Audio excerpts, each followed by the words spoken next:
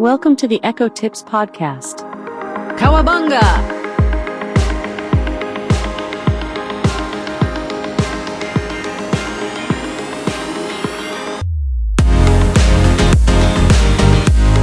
Here's a sneak peek into what we're going to cover in this week's episode of the Echo Tips Podcast. Boom! Driveway motion detected.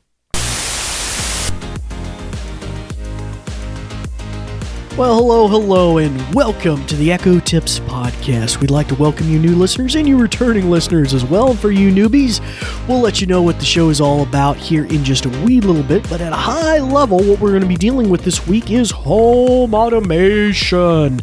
Yes, why the host of the show got smart light bulbs for his bathroom. Why did you do that, Dave, right? That may be crossing your mind right now. And also, we're going to talk about this really cool little motion sensor I got that is designed to go outside so it can deal with a variety of weather conditions. And all of these are controllable and interactive with your favorite A-Lady device and routines for home automation that you can make. And we're going to talk about really the value of that, the versatility of that I found, and, you know, maybe these are the kind of devices you may be very interested in. Plus, I'm sure you want to know why I get smart light bulbs for my bathroom. All right. So you new listeners who are wondering what the show is all about, welcome. Welcome to the Echo Tips Podcast. I'm the host. My name is David Ward. I'm an assistive technology instructor with the New Vision program at Goodwill, based here in Southwest Virginia in the city of Roanoke, where we have our training center. Now, in particular, this show is all about Amazon Echoes and our favorite A-Lady devices and all their various shapes and sizes, from the Echo Dot to the old Pringle cans to the Echo Shows with a screen to interacting with the A-Lady on the Fire TV and all these other different accessories and home automation things that may come into play with our favorite A-Lady devices. So we have a back catalog. Now that we're in our 7th season, a back catalog of over 320 episodes dealing with all sorts of scenarios. So by all means, if there's something you're looking to solve, you may be not looking for a new podcast to listen to every week, but if you're trying to solve a problem with an Echo, go back and check out our back catalog. That's a wonderful resource with music and media and Spotify and playing videos on your Echo, home security situations, parents, young ones, caregivers, seniors, businesses using Amazon Echoes. We've covered all sorts of different things over these past seasons. And if we haven't covered it, or you'd like to hear it again, you're always welcome to email us at info@goodwillvalleys.com, and we may dust it off if we haven't covered it in a long time, or if it's something new, we'd love to hear about it as well. And I'll re-mention that contact information at the end of the show. But our show is a weekly show, dear new listeners, and we usually, Wednesday, Thursday, we put out new episodes generally, and we usually keep it somewhere 15 to 25 minutes, and I'm going to try to keep this one about under 25 minutes today, although I went a little long. Anyway, occasionally we will have what's called an omnibus episode, which is a very large episode, which may be really what you're interested in as well, because if you really want kind of a soup to nuts, the whole ball of wax about a particular topic, say alarms or reminders or about all the AI innovations, we have omnibus episodes where we take a whole bunch of content in that regard and we wedge it together into one giant Dagwood sandwich of educational material, and you'll learn all about your Amazon Echo and that particular topic there. Now, anyhow, before we delve into our topic about home automation and smart light bulbs in the bathroom, we're going to go to a brief message about our podcast, and then we will be, as always, right back. This episode is brought to you by New Vision at Goodwill Industries of the Valleys, and also made possible in part by a grant from the Virginia Board for the Blind and Vision Impaired. New Vision is a program of Goodwill that provides information services and assistive technology training to individuals with visual impairments. Goodwill Industries of the Valleys is a non-profit organization serving Central, Southwest, and Southside Virginia. Goodwill's mission is to empower individuals, strengthen families, and inspire communities. And we thank you for listening. These shows are provided for educational purposes. This podcast may not be retransmitted, sold, or reproduced without written permission from New Vision. Well, hello again, and welcome back to the show. As I mentioned, we're going to be talking about a motion sensor that works with the A-Lady, and we're going to be talking about the smart bulbs I put in my bathroom. So we'll tackle what I think is probably the more interesting to you, which is the motion detector. Now, obviously, you have motion detectors that can be put inside. You can also have motion detectors you can put outdoors, which are really designed more to be in the elements, right? The rain, the snow, the ice. And this is certainly one of those. Due to a fellow pundit on a podcast, Next Gen Access, I actually he was kind enough to gift me this item, and so I felt like I'd talk to you all about it. It's from a company called Yolink, Y-O-L-I-N-K, and you can find it on Amazon. And I'll talk a little more about it here in just a second, but without any further ado, let me trigger it here. So I'm going to wave my hand in front of it and show you what I've set it up to do. It's not terribly, well, anyway, we'll just do it. Boom. Driveway motion detected. Okay, so that's pretty succinct and simple, right? So I just waved my hand in front of it, and it triggered that. Now, how do we get from, it unboxing it to that? So let me start you off. So on Amazon, you can look up the Yolink line of products, and they may have different products that work in different ways, but this particular line of devices, and you could look up Yolink, very likely driveway motion or driveway starter kit, may be what you're looking for. A good chunk, especially the outdoor gear, is geared with a hub being needed in mind. Oh, my water bottle. Let me stick this out of the way. All right. Anywho, so, and that's because if you're putting it outdoors, it's often going to be pretty far from your interior Wi-Fi and different things like that. I know some friends that live out in very rural areas too. That sensor may need to be quite a ways down their driveway, especially if they want it out near the end, maybe where the mailbox is or something like that. It all depends on how or when you want it to be triggered, that the UPS man is coming down the driveway or something like that. And I think this one may go nearly a mile in distance. I can't remember. I think it might have been LoRa. I think it's somewhere in the 900 megahertz spectrum, so it can broadcast quite a good ways. So there are two components, and you want to make sure you get both if you're getting one of these particular types of devices, unless it specifically says it works on Wi-Fi alone. So the motion sensor broadcasts that unusual radio frequency that goes a long distance to the hub, and the hub in turn connects to the internet. So you need both ends of that device. And I got it in a kit basically so that they're both out of the box, ready to go. I'm ready to go pretty much. So I got the hub. I took it out. By the way, I was very impressed by the packaging and everything. By the name Yolink, I kind of mentally, I don't know. I kind of thought chitsy and maybe not, functional, but maybe not. But they're really, really good. I mean, the plastic is fantastic. The packaging was amazing. The cords are of high quality. I was really blown away. And we're talking maybe like, for the whole kit, I think maybe like $70 or something like that. So anyway, I took out the hub, which was, maybe like 5 inches by 5 inches and maybe an inch deep, kind of like a little router. It actually had an Ethernet jack on the back of it, which I was blown away with. You could actually hard line it in. Then it had a little power plug that goes by a USB, I think an old micro USB or mini USB, one of those. And the cool thing is you download the Yolink app on your phone, and they got a QR code for, scanning to get that, and put it on I put it on my iPhone. I set up an account.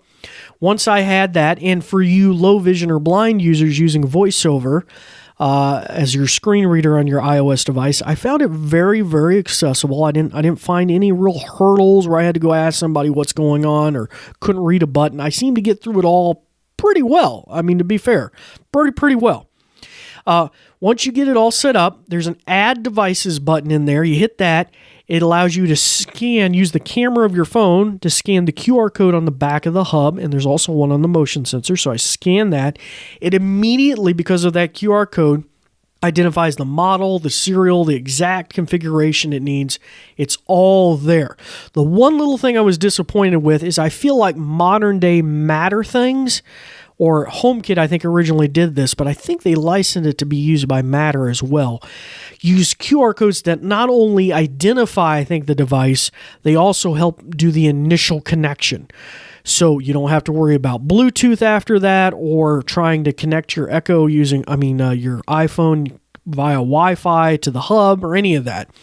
This didn't do that. So I did actually, after that step, it popped up, said, okay, this is added to your account, but it's not connected to Wi-Fi right now. You have to do this original setup.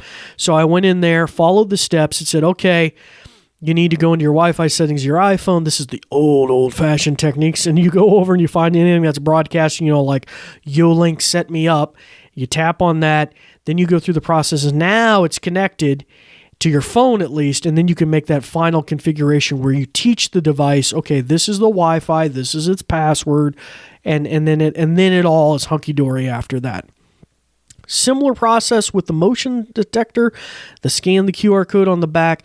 I think the one less step is that it automatically broadcasts at the proprietary radio frequency to the hub, so I didn't really need to go through all that dance and rigmarole with the Wi-Fi, I don't believe. I think it did have a thing where it was saying it wasn't seeing the internet or something, but I think I just had to push a button on the unit. And the motion sensor, by the way, guys, is this heavy-duty outdoor rig designed to be bolted on, came with screws and stuff to mount on a post outside or whatever.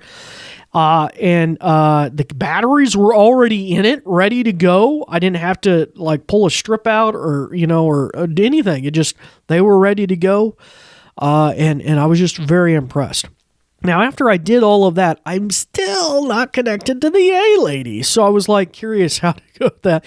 And actually, in the end, what I ended up doing, which was super simple, and I'm sure it was there in the directions, but I don't like to read directions. I just press on. I went over to the A-Lady app on my iPhone. I went to devices. I went to add devices. And then there's a little search box. I just typed in YoLink, Y-O-L-I-N-K. So after I typed in YoLink into the search field, it immediately popped up, hey, you want probably the YoLink skill for the A-Lady. So I selected that. It said, okay, in order to see your devices, you need to connect your YoLink skill to your A-Lady's account and authorize that. Have you already set up and ask, have you already set up the app on your phone? You've done all the things you needed to do. And I said, yes. So I went to the next step. Then it did this bounce over either to the YoLink app or Safari. I can't quite remember which. And it popped up the typical A-Lady permissions page, which says, hey, you're connecting your A-Lady to this company that's using this service. Are you okay with that? Called YoLink. And you hit yes, permissions granted. And then after that, I had my motion sensor on my A-Lady. So at that point, I'm kind of scratching my head because what I want is notifications that somebody's pulled in my driveway, either UPS or maybe a ride to pick me up or something like that. And that's really what I wanted because I got friends that got hybrid cars. I can't hear them. And if I'm in the back of the house or something, I'm not going to hear them either. And so I just find that a really powerful, useful tool to me that I've been wanting for a while. So I was like, okay, how do I create a ding or whatever? Now, you can, I believe, buy a YoLink separate speaker thing that kind of makes it almost act like an old dumb device. It takes care of the whole arrangement itself. But I wanted to use my A-Lady. I already got speakers everywhere. I got all these tools. So, I went into it and looked at it, and it's so simple. It's just create a routine. All it is a triggering mechanism. So I go into the More button, then Routines, then create a new routine. I gave it a name like Driveway Alert. And then I go, what is the trigger? And I specified under Home Automation, Motion Sensor. I only got one on the account, so that was easy. I just select that one. And then I say, now this is where it gets great, guys. I love this because I'm not having to try and figure this out in another app, YoLink, whether their app is fabulous or not. It's one less thing I don't have to do. I'm familiar with the A-Lady routine format, and this is what's great about it, is it's considered a lot of these considerations already. So after I have the trigger specified, which is the motion sensor, right? I just say, it says, well, do you want it to go off all the time? No, I don't want it to go off at 3 in the morning when a raccoon is walking across my driveway. I don't. So I say no from 6 a.m. to 9 p.m. every day of the week, right?